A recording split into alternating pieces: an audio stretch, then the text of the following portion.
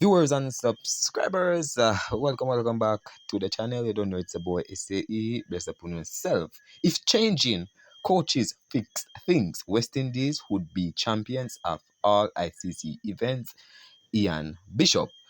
So my people, Ian Bishop has voiced his opinion on the West Indies coaching system, where he basically saying that it's not the coach is the problem, my people. It's definitely not it, because West Indies have changed coach rapidly, or should I say in quick succession, and this team still remain at the bottom, or in the bottom of most of the ICC events. You understand? So it's not the problem. The main problem is the players, or should I say the infrastructure in the region that are provided for them to practice or them to develop. You understand, my people? So he said this one line exposes the truth. West Indies cricket keeps avoiding different coaches, same collapse, same excuses. You can replace the coach every year, but if players lack discipline, accountability, and hunger, nothing changes. Coaching is not magic. It only works when players take responsibility for their own standards. The problem isn't who stands in the dugout. The problem is what happens between the ears when the pressure arrives. West Indies cricket doesn't need another coach, it needs a culture reset. Ian Bishop was quoted and saying, and my people, let's discuss this. This is not the first time that we're hearing Ian Bishop said this stuff. Or, for example, we hear Robman Paul come out, I think, a couple months ago, where he was like, the West Indies need a reset, how to grab younger audience to watch cricket. Ian Bishop is coming with the same thing right now, but in a different way, where he's saying that it's not the coach is the problem, definitely not. It's the players, they lack discipline and lack a lot of things, they lack, my people. You understand? So people should look at it and say, if it was the coaches, West Indies have changed over 10 coaches or more. Just hypothetically speaking, but they have changed a lot of coaches over the years, because from Phil Simmons, Darren Sammy, Andre Coley, um, Gill, the one that win T20 World Cup for us. We had a couple of them guys, couple of them, they have given head coach job, and it's the same problem. So you look at it and you say, it doesn't make any sense to change the coaches, because it's not going to change anything. The West Indies players are just not there.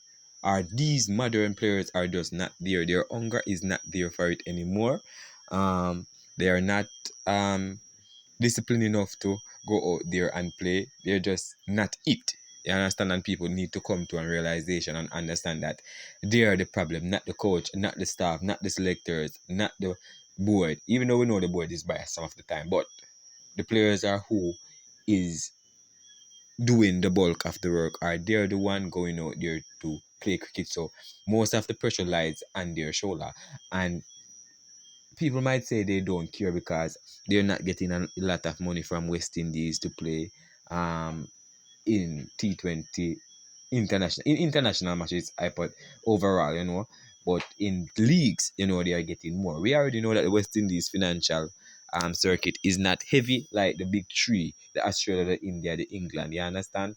But I think they try to reach a negotiation or reach them halfway point, to pay them. You understand? But it's just not enough. That's why you see a lot of players opted to play the shorter versions of the game in terms of franchise, because they make more money in that regards, right? So let's run through a couple of comments, guys, and then you guys can leave your honest thoughts down in the comment section. All right. So um I love the fact that CWA recognized that coaching is not magic. By hiring Darren Sammy without the necessary qualification is like expecting magic. The guy was not yet qualified when you will choose him to coach a test team.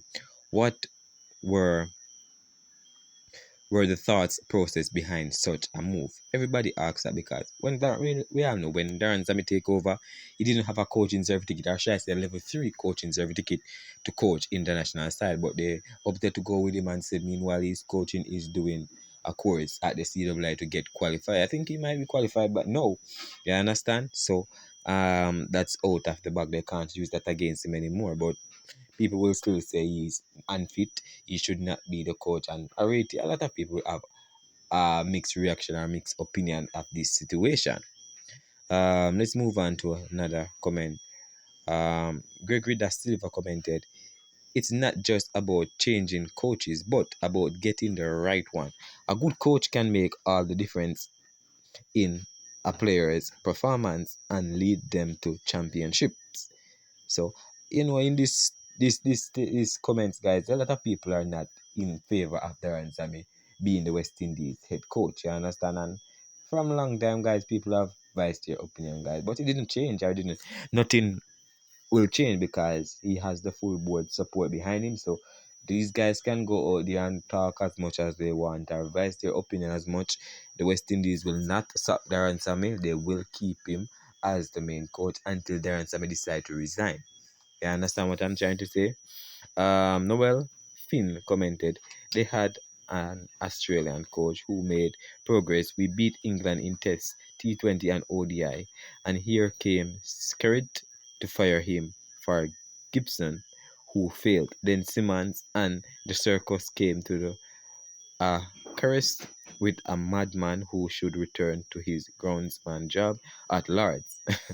So Gibson was the one that lead them to a T20 World Cup. I think it was 2012. I think that was the first T20 World Cup West Indies won. 2012. Simmons won in 2016 with them. So they're saying that is the West Indies board fault for selecting these type of coaches. But you know, Nathan Clifford commented, because those rest of the world team, if the team doesn't do well, they put the captain and coach under spotlight. Or that put the coach and captain under spotlight. Of course, everybody gonna blame the coach and the captain. You're not leading the team well. You're not coaching the team properly. The captain. Some of the time, guys, enough of the match that the West Indies have lost is come down to poor captaincy.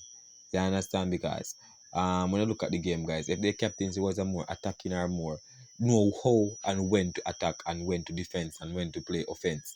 You understand? But these captains are not up to par as well. So you're gonna get these type of result because I'm sure that good captain get the worst tool to work with and they can make something of it. But some of the time, the West Indies are too reliant on just one or two players, to fire.